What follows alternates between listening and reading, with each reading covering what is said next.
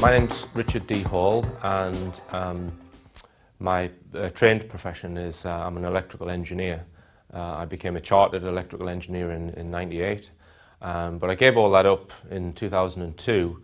I set up my own business, and I've predominantly been doing web design. But in the last 2 or 3 years, I've become more and more involved and interested in the UFO subject, because gradually, as I've looked at more and more evidence, objectively, I have to say,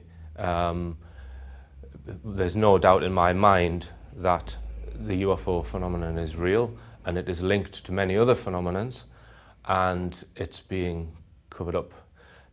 When I say covered up, it's not, they don't go around, you know, locking people up who open their mouths. It's a very subtle kind of cover-up. It's an encouragement of debunking. It's muddying the waters, disinformation. This is why the mass populace thinks there's nothing to it, because what gets in the mainstream media is generally disinformation. So I'm on a campaign, because I believe that once the secrets of UFOs come out, that there's a whole raft of other information to do with who we are, where we came from, our spiritual origins, our genetic origins, and that's the information that I want to get at. So I see the UFO, the releasing of the true information, as an avenue to learn more about ourselves. Some people would go to a church to learn about themselves. I don't think the answers lie there. You mentioned that there were those who know about UFO situation. Michael Portillo was one of them that I noted down, and you quoted him in saying, "I know much and I say little." Mm-hmm. Do you think we can get people like this talking, and if so, how? Well, I think it's very difficult, because if they've signed the Official Secrets Act, and once they're privy to that information, generally they're actually reminded of that Official Secrets Act, and often they're asked to sign it again in relation to specific information, and you know, the punishment for breaking that is prison. So it's very difficult to get people to break the silence on such things. I mean, Timothy Good is probably a person who has managed to get people to speak to him through, and I did ask him, you know, how do you manage to do that? And he said, very, very slowly.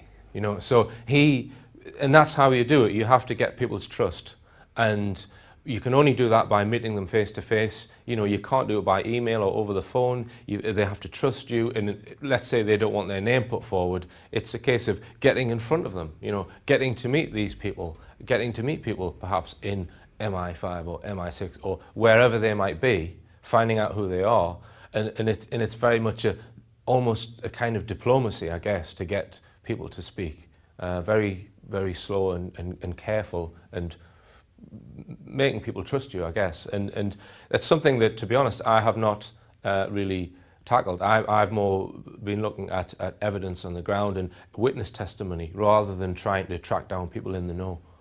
Are we free here in the UK? I would say within limits. Everybody thinks they're free. But I would say that, well, David Icke calls it the prison without bars, where people, as long as they believe there is democracy and they have enough material wealth, then they think they will be free. But I think democracy has been subverted, I believe, and our government has very little power. There are people above the level of government who have power, who coerce that government. So I believe that the majority of people think they're free, but they don't realise that they're actually living in a controlled environment, or in a box, so to speak. You approached David Cameron. Have you any plans to tackle other leaders who may have information? Yes, I mean, I did originally try to contact Gordon Brown, and I wanted to get into the Prime Minister's press conference, because after all, he is the Prime Minister, and I found that impossible. So it's nigh on impossible for a member of the public to actually confront the Prime Minister, which I found rather disappointing. And a number of people on my website have written to their own MP to ask questions. And of course, if you write to anyone else other than your own MP, you get the standard MP's reply, which is, I'm sorry, you're not a member of my constituency, I don't have any responsibility for you, please go away. That's what they say, always.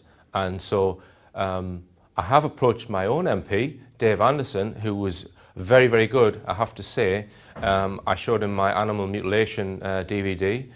He was very concerned by it, and he has written to the Secretary of State, Hilary Benn, and I still have an answer from Hilary Benn, but that wasn't too long ago. So, you know, I take my hat off to Dave Anderson. He's a Labour MP for my constituency, and he has fully taken on board what I've said to him. I haven't mentioned the UFO situation, although I have said to him that I researched that field, but the animal mutilation phenomena, there's tangible, solid evidence which, you know, an MP can take up with the Secretary of State. So he's helped me in that respect. Do you think 2012 has anything to do with disclosure?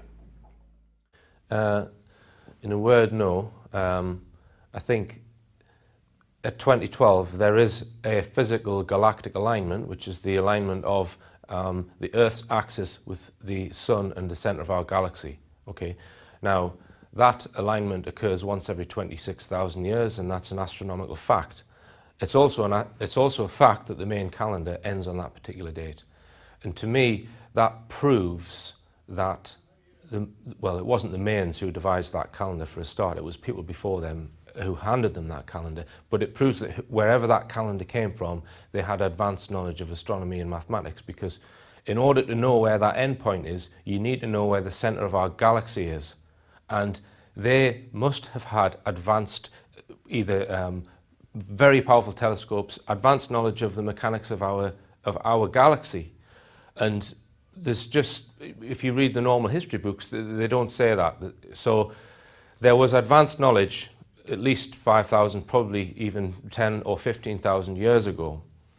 Now, and they knew that this was a line in the sand, as it were, of the 26,000 year precession of the equinox's cycle. So I would say that it's a line in the whether things are going to change, I don't know. I don't know whether there's, I mean, I think that the coming of Planet X, I'm sceptical over that, and I don't think that's going to coincide with the 2012 date. I think people are mixing that up. But I doubt whether the government would choose that date for disclosure. No, I can't see that.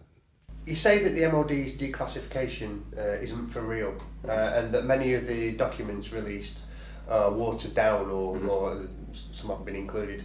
Can you tell me how you know this? Well, when I interviewed Timothy Good, he told me that in these UFO file releases, no secret files have been released, and, sorry, very few secret files it was, and no top secret files have ever been released. The files that have been released are classified and things like that, I gather. They're not of the top secret classification. And when the first release came, it was quite exciting, because people were looking at them, and we thought, this is the start of a disclosure process to kind of move the public towards eventually accepting the facts. Having had 4 releases since then, and in each release there's this executive summary put out where, if there's a few kind of golden nuggets in those files, the executive summary always waters down and basically debunks those files. So I believe that they're being put out to say, this is all the information is, there's nothing to it. So where are these UFOs? So the first release, I had a different opinion, and I've changed my opinion now. I think it's a disinformation exercise, full stop.